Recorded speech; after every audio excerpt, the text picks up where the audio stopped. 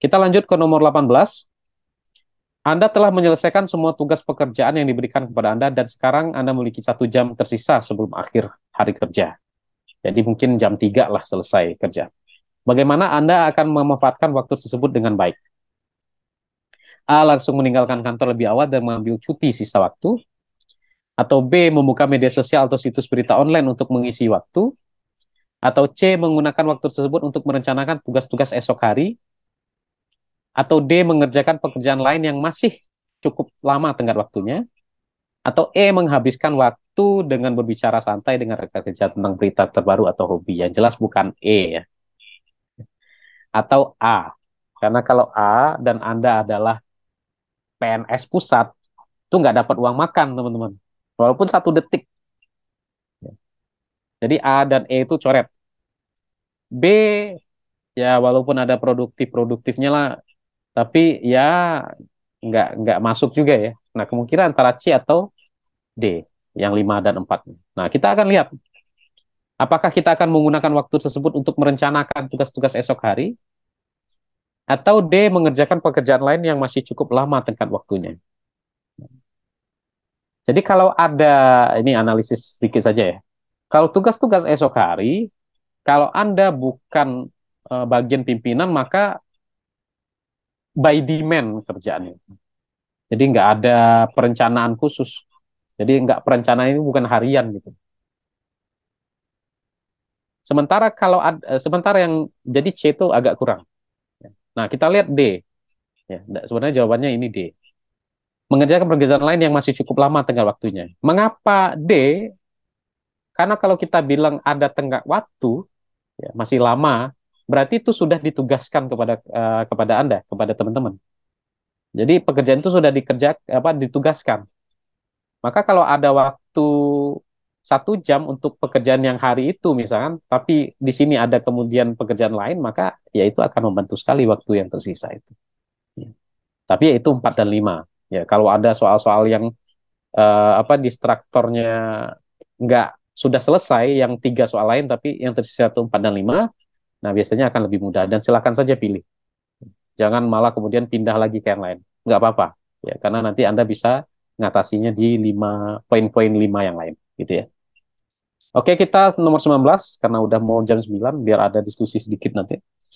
Anda adalah pemimpin tim dalam proyek yang sedang berjalan. Dan tiba-tiba Anda menyadari bahwa ada masalah serius dalam tim yang mempengaruhi kemajuan proyek. Bagaimana Anda mengatasi masalah ini sebagai pimpinan tim?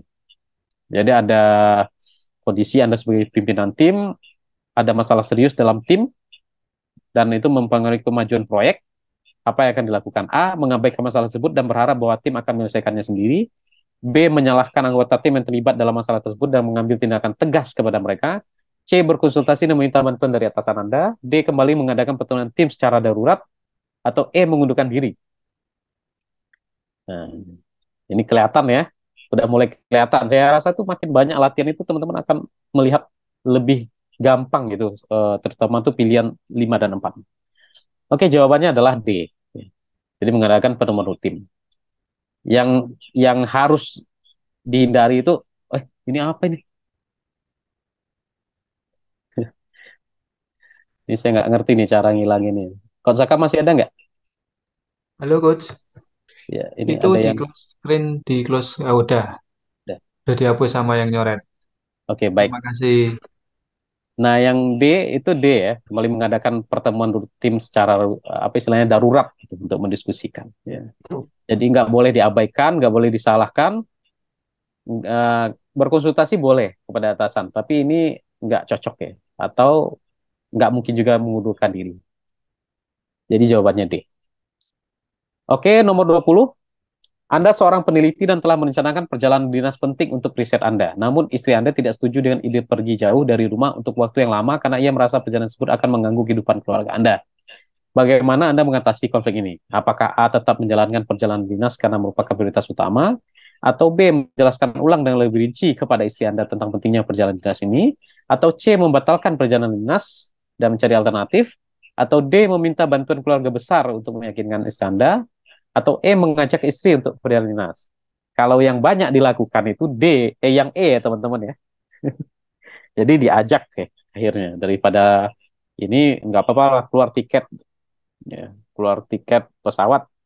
Kemudian yang E, kalau yang biasa, yang biasa, tapi itu sebenarnya nggak boleh, ya. Karena nanti gimana tuh pertanggungjawaban yang lain-lainnya ya. Kemudian apakah A?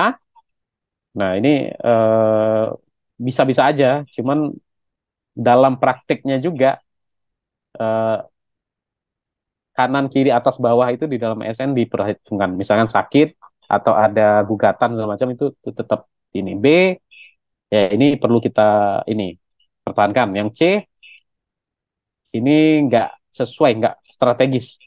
D ini juga mungkin. Maka yang paling mungkin adalah yang B. Ya. Karena semuanya nggak ideal mungkin, tapi yang B yang paling mungkin.